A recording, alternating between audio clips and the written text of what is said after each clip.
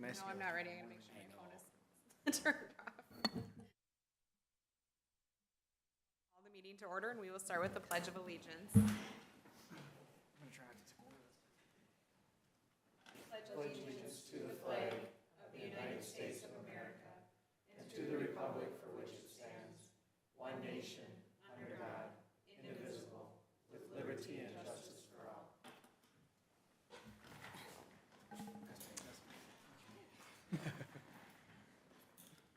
Roll call, Mayor Kratzky, I am present. Groko, Present. Kufal, Present. Padilla is absent tonight. Rose Present. and Eker. Here. We have a couple of changes to tonight's agenda. Under the library, we're gonna add 9G1, the library hour, possibly changing library hours. And then we're gonna remove 11B from the agenda.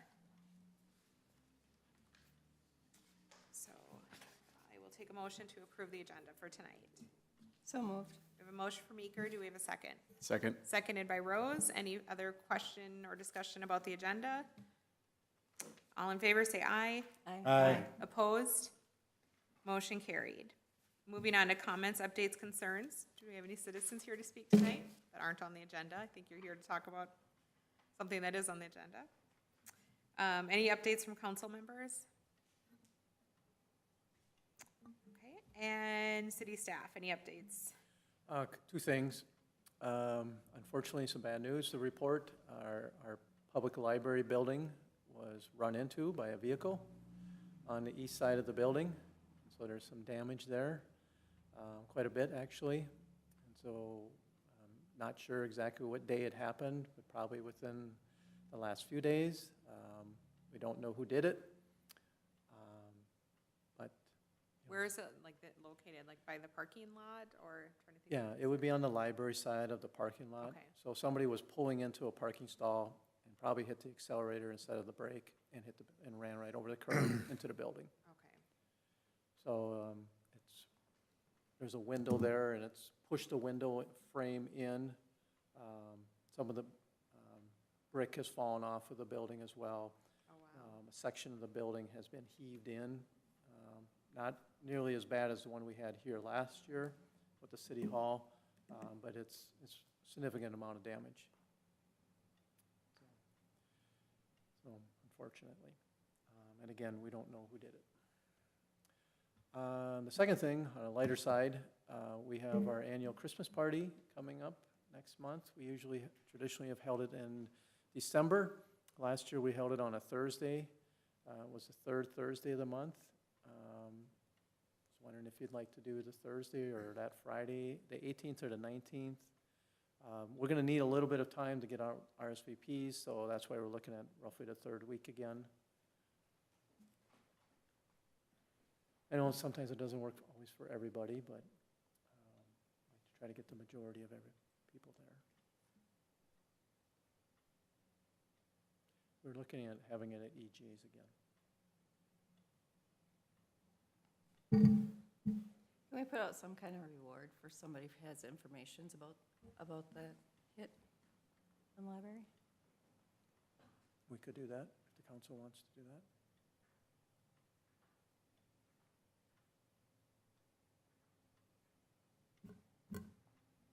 As far as Christmas, 18th, 19th is open for me. I know it's a little off subject from yours, but. I know, because I went back. Yeah.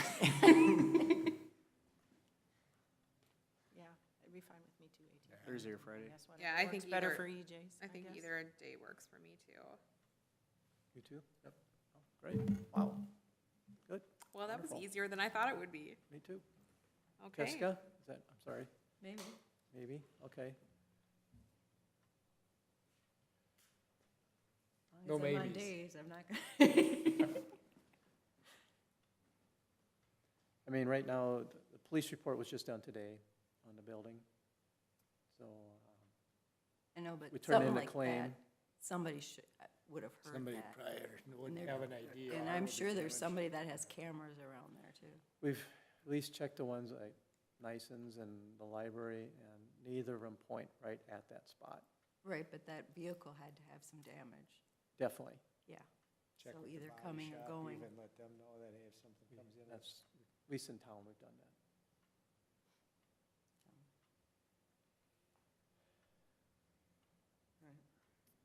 Well, maybe you don't even have to offer a reward, just put it on the Facebook, Gaylord Facebook page, say, hey, Anybody there's knows. damage, anybody know, and if somebody knows, maybe they'll just say, Yeah. maybe knows, and Yeah, I've seen other, well, usually like law enforcement agencies do that, you know, recognizing these people leaving the store and people comment, boom, boom, boom, so, because if anybody saw it, they might think that the person that did it came forward, and then if they see that they didn't, then they might be willing to.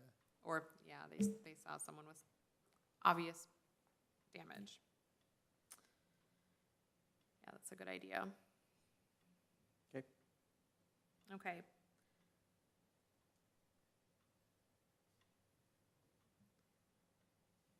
Then are you happy with the responses for the Christmas party Yeah. scheduling so far? Okay. Any preference, Thursday or Friday? Is there a preference from staff or anything, or?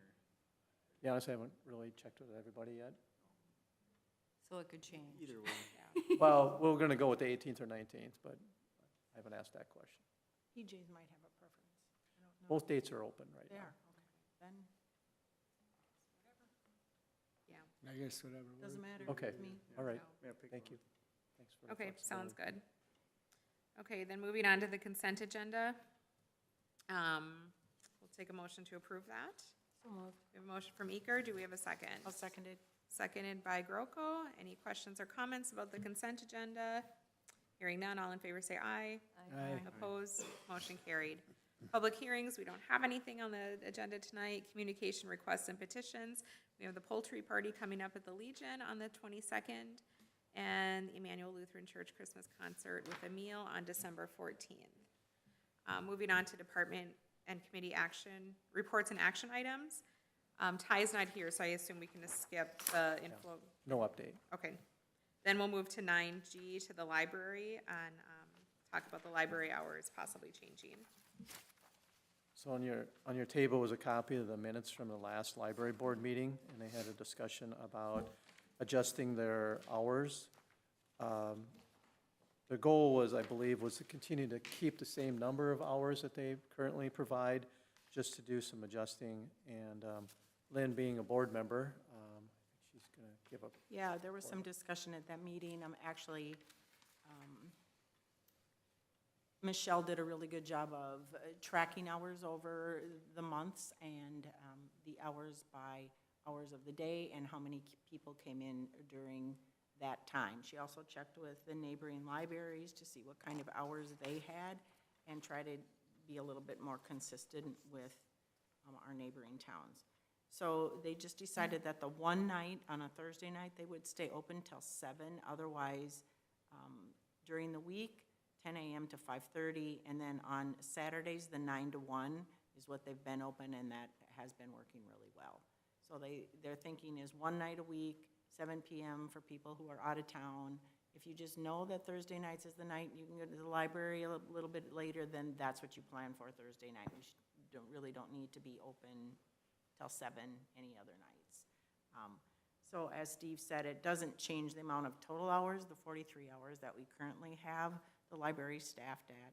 It's just changing the hours a bit. And then they did want to start that in January because they would let the patrons know then, have time to put that out to everyone, that the hours were going to change. And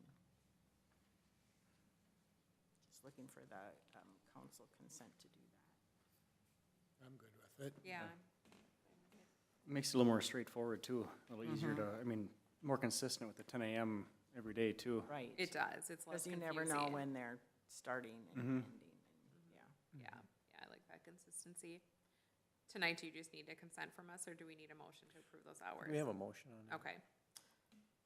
So we need a motion to approve the library hour changes effective January 1st, 2026. So move. Motion from Kufal. Do we have a second? Second. Seconded by Rose. Any further discussion or questions? All in favor, say aye. Aye. Opposed? Motion carried.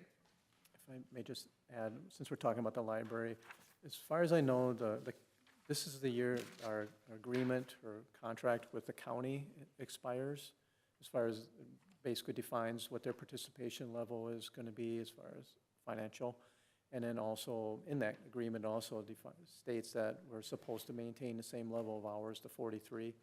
My understanding is that the county is not going to ask or have us renew an agreement. They're just going to continue their financial participation at the same level that they did this year, at least for next year. I can't speak for beyond that. That's what I've been told. I'm actually asking for an official notice on that, something in writing, so I hope to get that soon. But that was my understanding earlier this year. Just wanted to share that. Okay, thank you. Next on the agenda, under new business, is Excel Energy Registered Land Survey number 34. This is an item that went through the Planning and Zoning Commission earlier this month, actually last week. Brian Sullivan is here representing Excel Energy. Excel is looking to develop a new substation on along Highway 19, just outside of town, next to the co-op, just on the east side of that.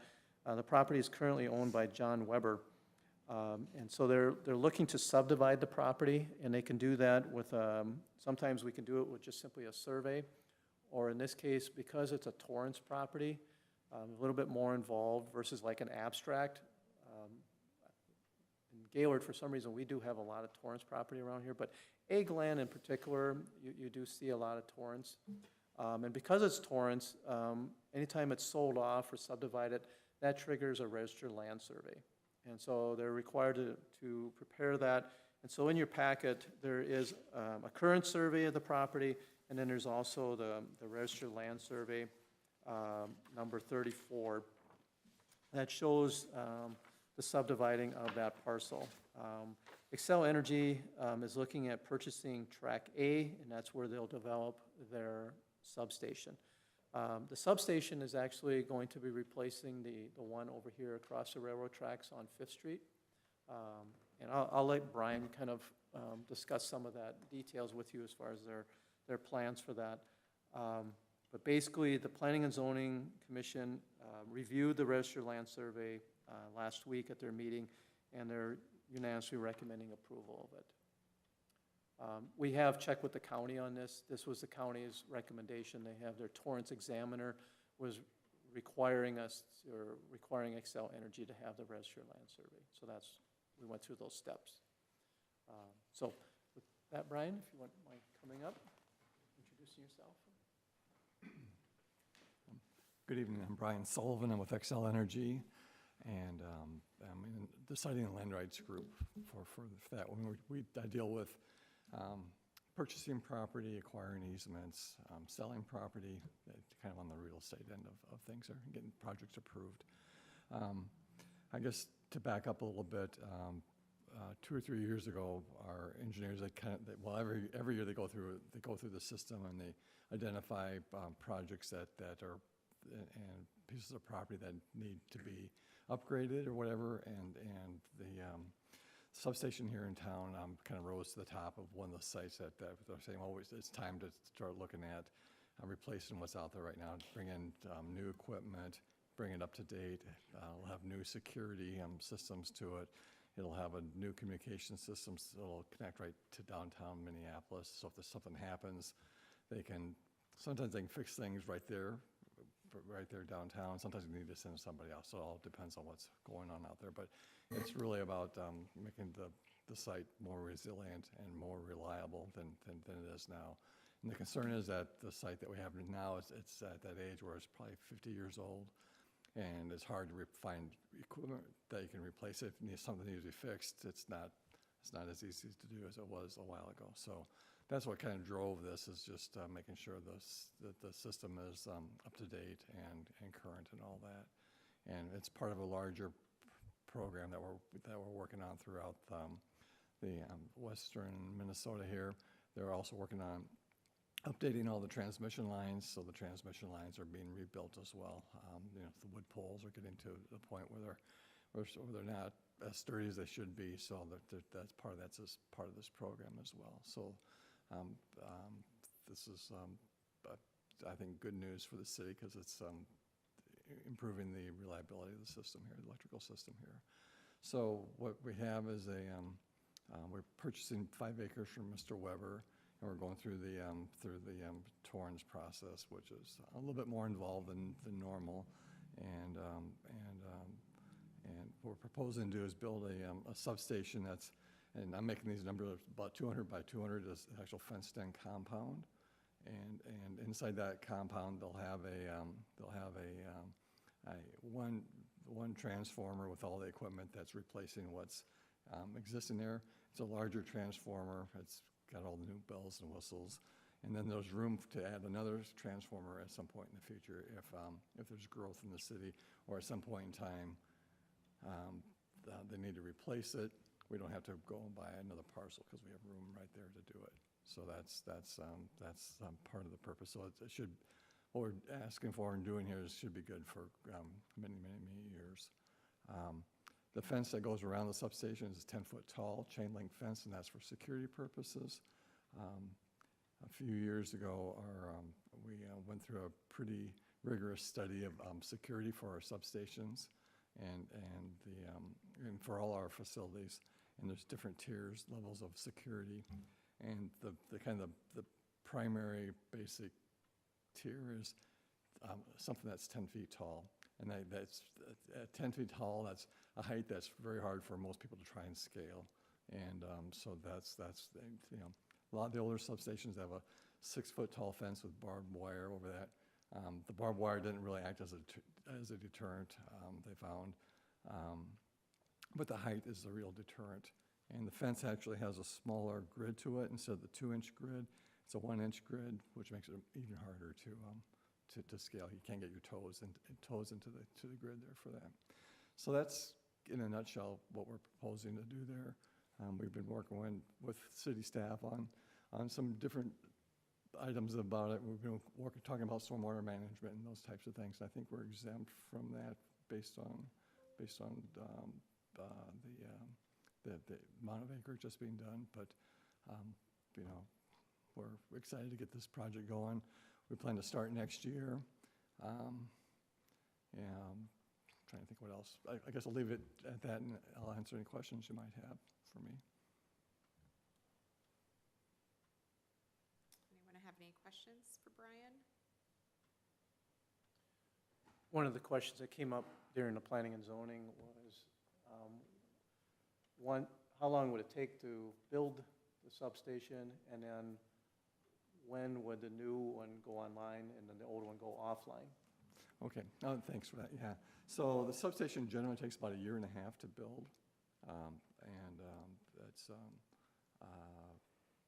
There's different trades that come in. First they grade the site, and then after they do that, they just a lot of times they'll build the security fence around it.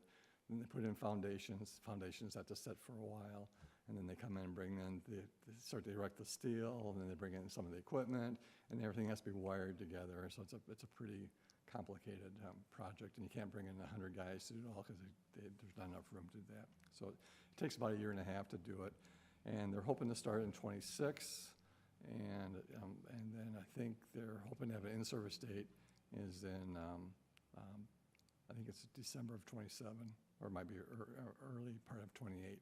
So that's when it'll be up and operating, and at that point in time,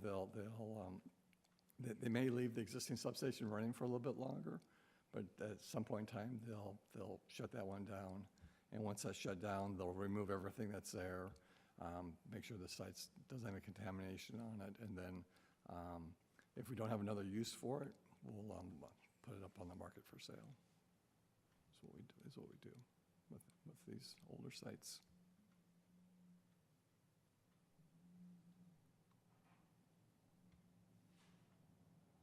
It's a big investment too. It's probably it's probably close to $10 million investment in the property there. So it's more than what you'd see in a lot of cases there. So. What are we being involved just because that's within our zoning district, basically, because it's outside of city limits, right? Right, thank you.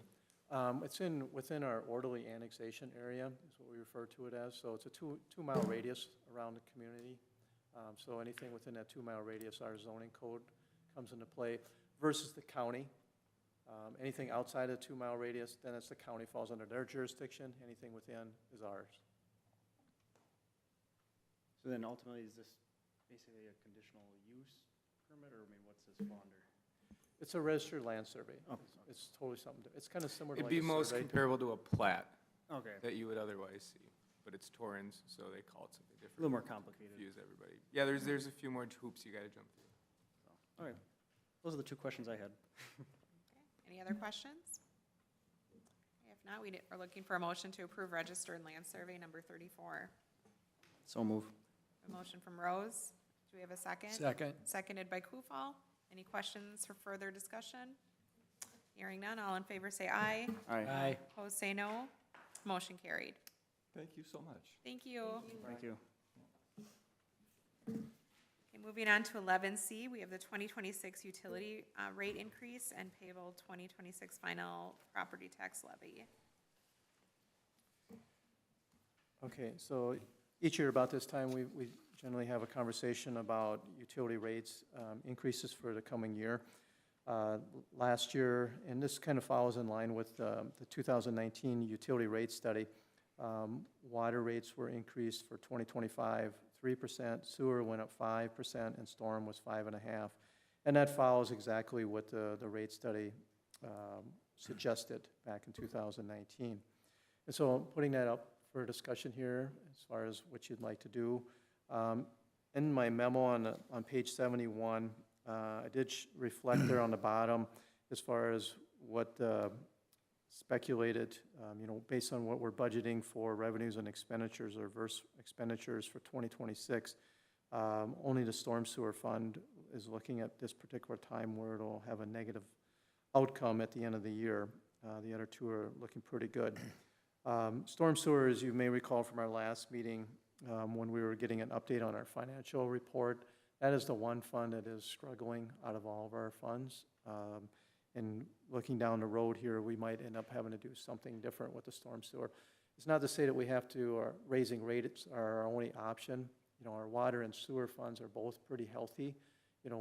Similar like we do right now with our general fund, we make a transfer from, for next year, I'm looking from the sewer fund into the general fund to help keep taxes down a little bit. We could do something similar like that with the storm sewer fund, and again, versus raising rates, given that those two funds, water and sewer, are somewhat healthy.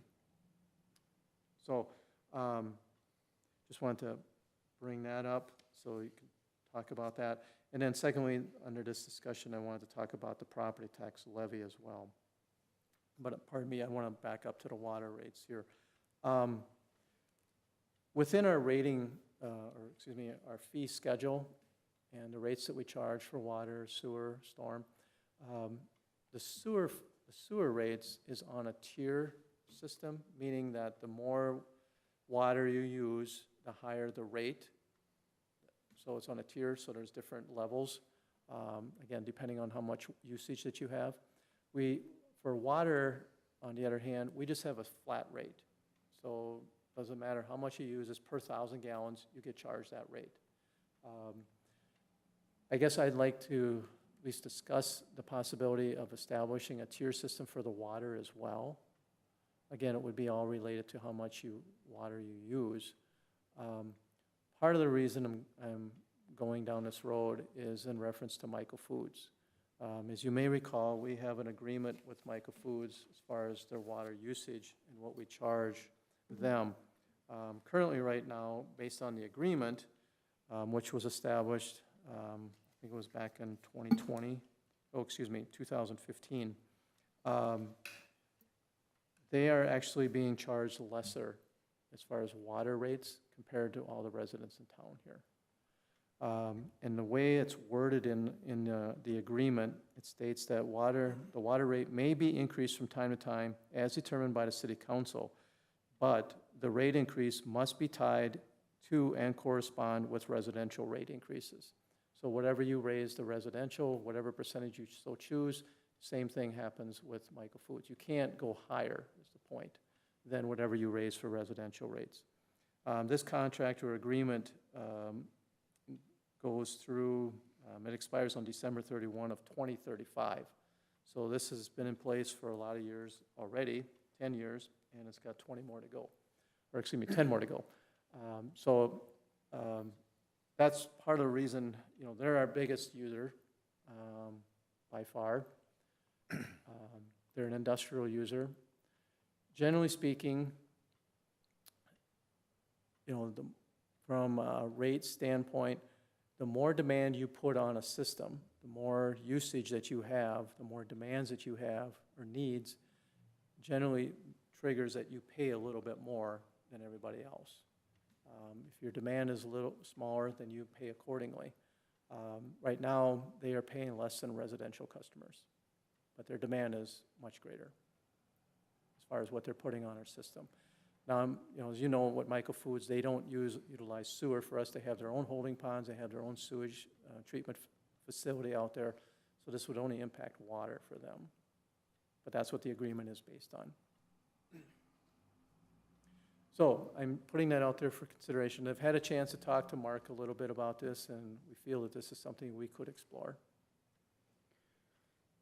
Are the fees that we get from this, I don't recall, the funds for water, sewer and everything, do we just have the one fund, so like the fees for this, water and sewer access charge and all that stuff goes into the same fund?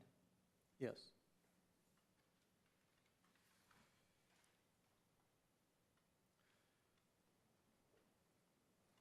And just to clarify, so on the 2026 enterprise funds budget, basically that's going to be the year end, what's left over versus the, below it, the fund balances, those are basically what's in the account already? Correct. Yeah, Page as I put there, 71. those were the balances effective at the end of are projected for the end of this year. And this is based off of the financial report that Abdul presented at the last meeting. This is their projections.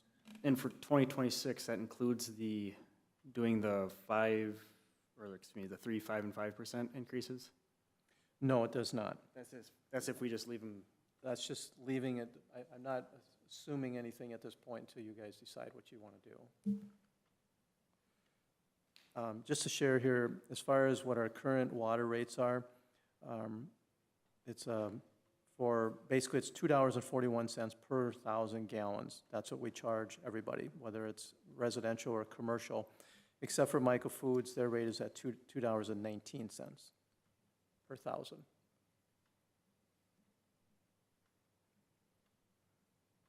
So again, that's just simply following the contract that we established back in 2015. I do agree. I was just going to say, I agree with the tiered system. It's pretty much an industry norm at this point, as well as from the DNR standpoint, it's highly recommended. Kind of like you're saying, Steve, is it helps promote conservation, as well as that higher demand on the system. So I definitely think that tiered system is something the city should seriously look into setting up.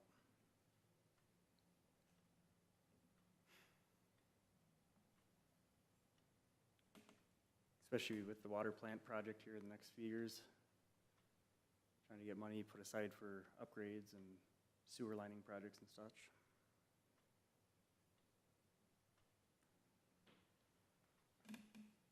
Any other thoughts? My concern always good, like on that too, it's so, we're looking at 3% for 10 years that was talked about, so that's for the citizens in Gaylord, you're talking a 30% increase over that 10 years, but now when you've got businesses that come into town or are here, like Michael Foods, they're making money off using water, yet they're paying less. And same with, like, last meeting I wasn't here, but the builder that wants to build them homes out here, the water and sewer access charge were waived for somebody that's coming in here and gonna make money off their project, and then we're putting the burden on people that live in town to make up the difference when we're not charging other people for that stuff. That's where I struggle with. You know, you have people on Social Security, fixed income, and they're getting hit, and then somebody that comes in here as a business and wants to do business, and their business is making money, and we're giving them a break. That doesn't make sense to me. But we gotta look at, we'll be collecting taxes on it, which. I understand that, but we're collecting taxes from everybody that lives in town, and they keep going up too. And people, every residents keep getting hit, whether it's taxes, these fees, and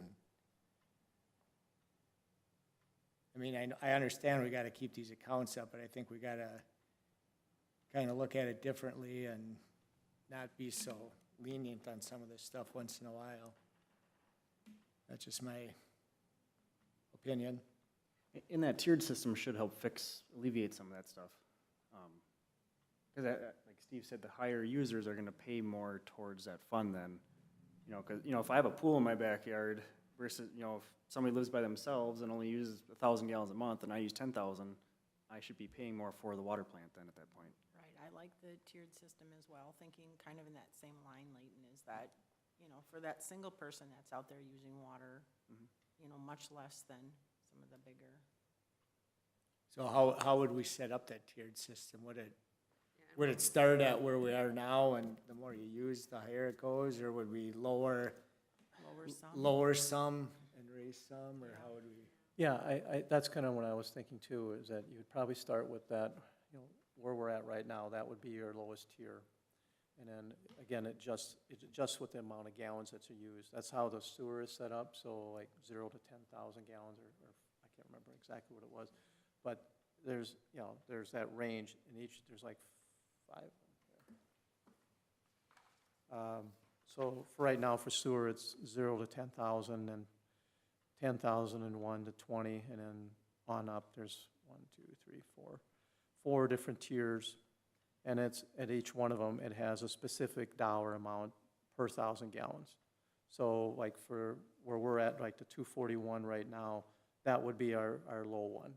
We start with that, and then we go up from there. And we could probably do a similar type tier, you know, same kind of dollar amount in between that we do with sewer. You know, I don't know, there's different ways you can do it, but that's where I'd start, and then we could tweak it from there. How long would it take to implement this? Well, not long at all.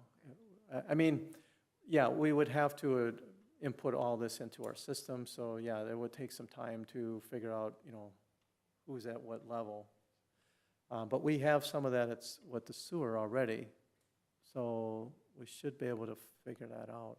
As long as we kind of stay in line with what we're doing with sewer, it'll make it easier to implement.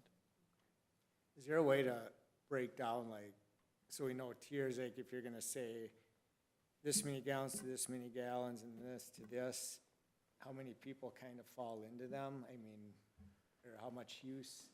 Like, if you're gonna say from 0 to 10,000 gallons is this rate, 10 to whatever is this rate, whatever is this rate, are we gonna have like one person or one company that falls into that higher rate? I mean, how much are we gaining? I guess, I mean, is the majority of the town gonna be probably in just that one lower rate, or? Yeah, I think we should be able to find out that information. Most of the town will probably fall under 5,000 a month.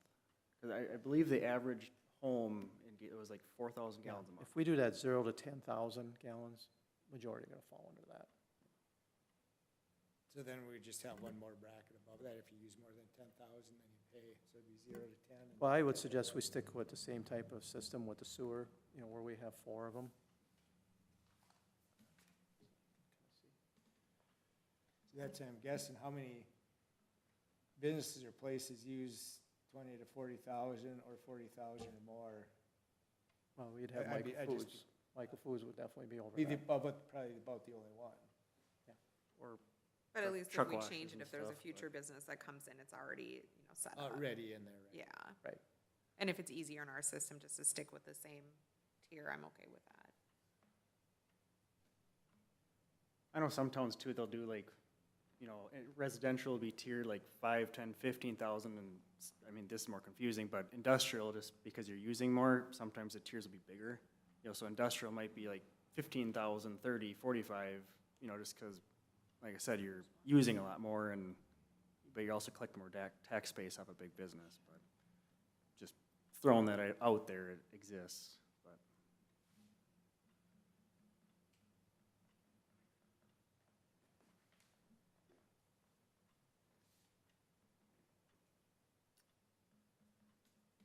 I think you are gonna have just a handful though, that probably make it over that 5 to 10,000 range, just because, I mean, Gaylord, most people are relatively in the same bracket of, it's not like we're looking at a big town where you have people making 100,000 and then people making 1 million where they have pools and everything. Gaylord don't have pools other than our own. So I think most people are gonna fall in that, probably around 4,000 to 5,000 gallons, I'd assume. So you probably will only have a handful that make it out of that, would be my general assumption.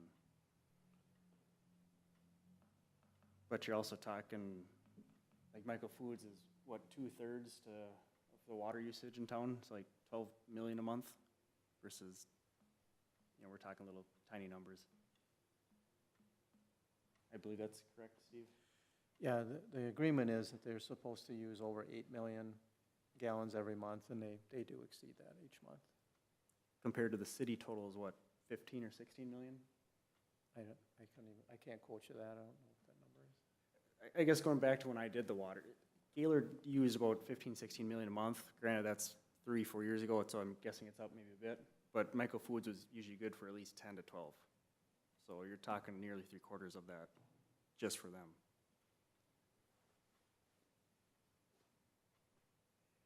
Which well exceeds 10,000 gallons.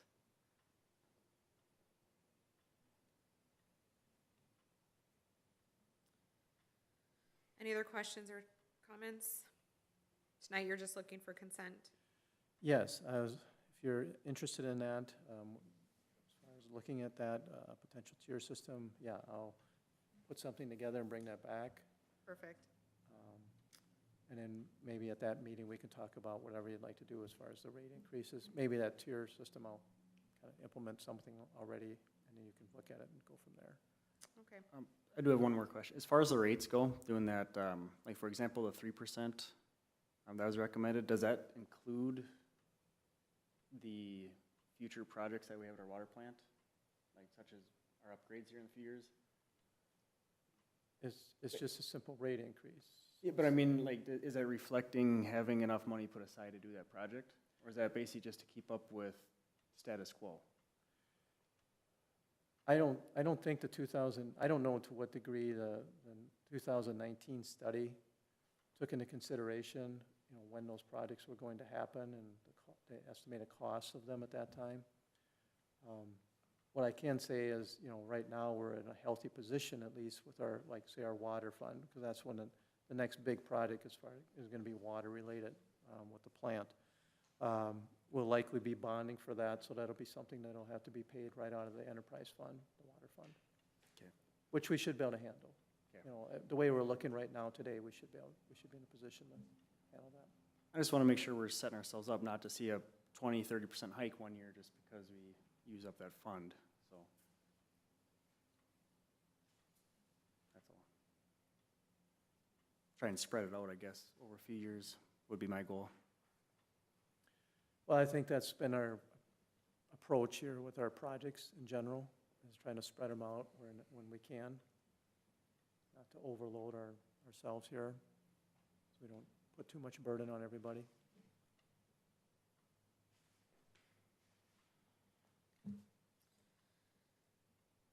Okay, so does the council consent to the 2026 utility rate increase, as we discussed, to do the tiered system? We have consensus on that? And then what about the final property tax levy? Let didn't me really back talk. up. The Yeah, we sewer really- and storm, I mean, are you open to increases there, or do you want to wait with that and see what the tier would look like with water? Let's see what the tiering looks like. Yeah. I'm a little worried about storm, just because, that fund balance, we do have to keep our eye on, but. Okay. Yeah, and then referencing the property tax levy, in the memo, made a little typo in that, going under the property tax levy on page 71, the third line down where it says 2025 proposed property tax levy, that should be 2026. So basically, at this point in time, I've got it, as you recall, the levy, the preliminary was set at 9.95. I've worked on the budget now, we're down to about almost 8.25. So I'm just seeing if that's acceptable or where you'd like to be. I know we always want to be low as we can, but what's everybody's thoughts? Well, lower is better, but it's a lot better than 12. or 10, whatever it was, a month and a half, 2 months ago.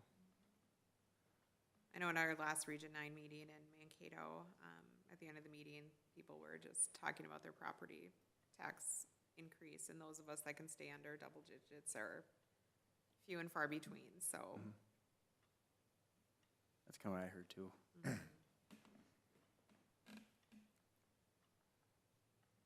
On the fact that you got it down at least another 1.5%, that's good. Yeah, and of course, that was preliminary. Mhm. Those other cities can change, but.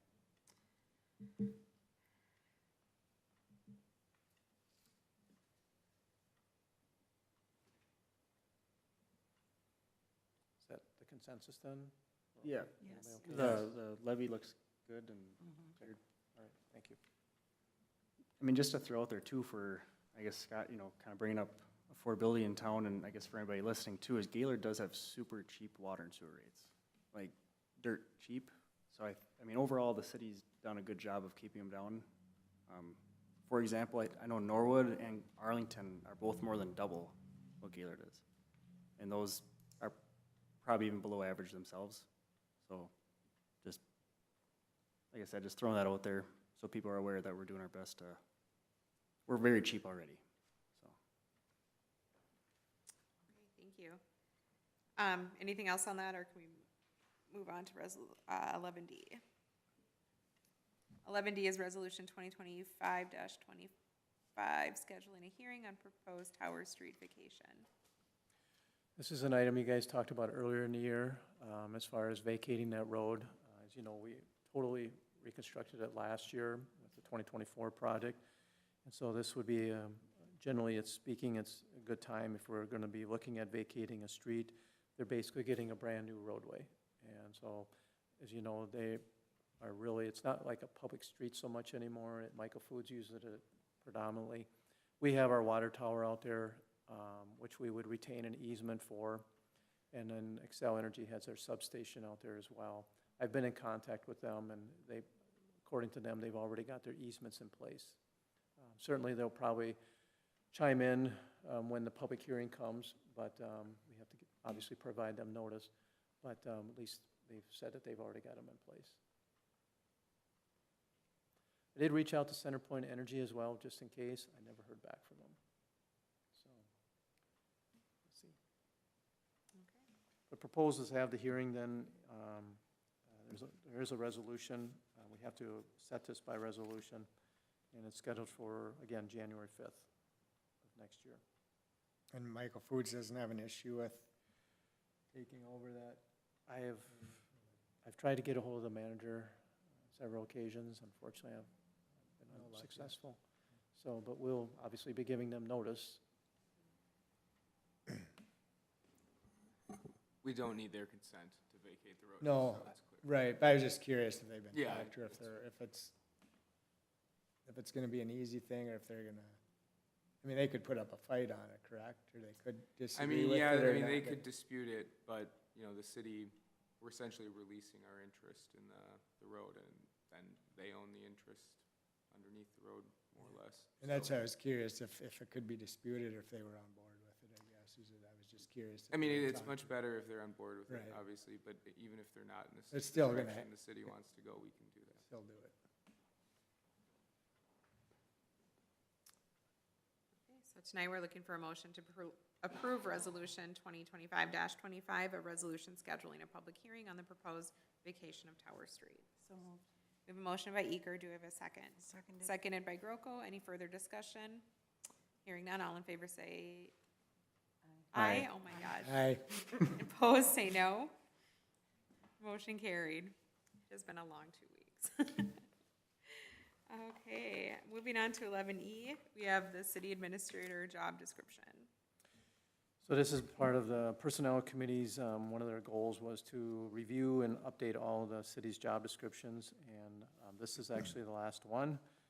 So basically, there was some formatting changes and some other changes, but the Personnel Committee has reviewed it and is recommending approval. So if there's any questions, I'll be happy to answer. Or if Lynn or Don have anything Was- to add. Any major wording changes or anything? No, I think we just kind of cleaned it up and, whenever we do these job descriptions, we always, look at the League of Minnesota Cities, kind of their templates and nothing earth shattering. I think it just flows a little bit better.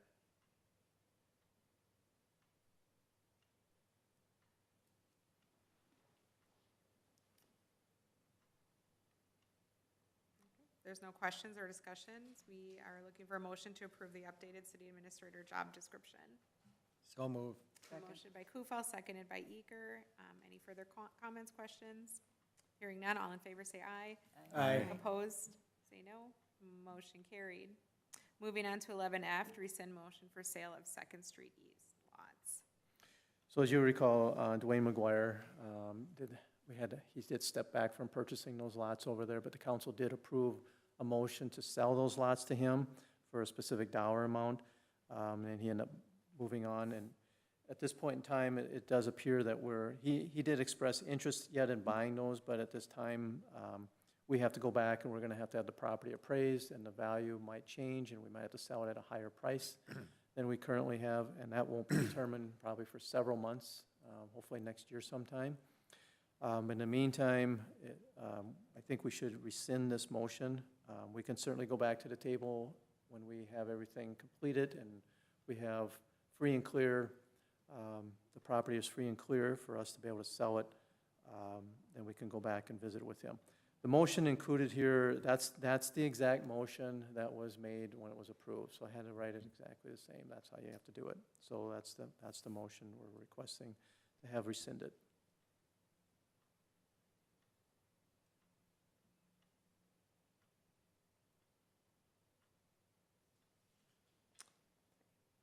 So tonight, we need a motion to rescind the motion to accept Dwayne McGuire's proposal to acquire the city of Gaylord's 3 vacant lots located at Second Street East, and to include splitting off the 20 feet of the South Prairie Park parcel immediately to the south and adding it to the lot proposed to purchase, and to direct the city administrator and the city attorney to complete the land sale transaction for a total sales price of $4,000. So moved. 25 feet. What did I say? 20. 20. Oh, I just wanna- 25. Okay, correct that to 25 feet. Motion by Groko, do we have a second? Second. Seconded by Rose. Any further discussion, comments, questions? Hearing none, all in favor say aye. Aye. Opposed, say no. Motion carried. Any other things? Any closing comments by council or staff? Is there any update on Kokesh? On that or nothing? Go ahead. Something Sure. quick? So we sent out a letter basically stating that the council found a zoning violation, and requesting that he either remedy whatever was left that needed to be fixed, or inform him that we would pursue a court case against him. So that time period hasn't expired yet, Okay. so there's a little bit of time left. So I won't speak if he's done what he needs to do yet or what, but the next step is gonna be probably an enforcement action. I just had somebody ask me about it, so figure out where it's at. Thank you. Just want to mention something RJ told me the other day. I know he's been recognized as an all-star for his DUI, the work he's done, but he told me he just got his 100th DUI the other day, so, Good job. yeah. So anyways, just wanted to share that news. Okay, anything else? No. Motion to adjourn by Eaker. Do we have a second? Second. Seconded by Rose. Anything else? Hearing nothing. All in favor say aye. Aye. Aye. Opposed? Meeting adjourned.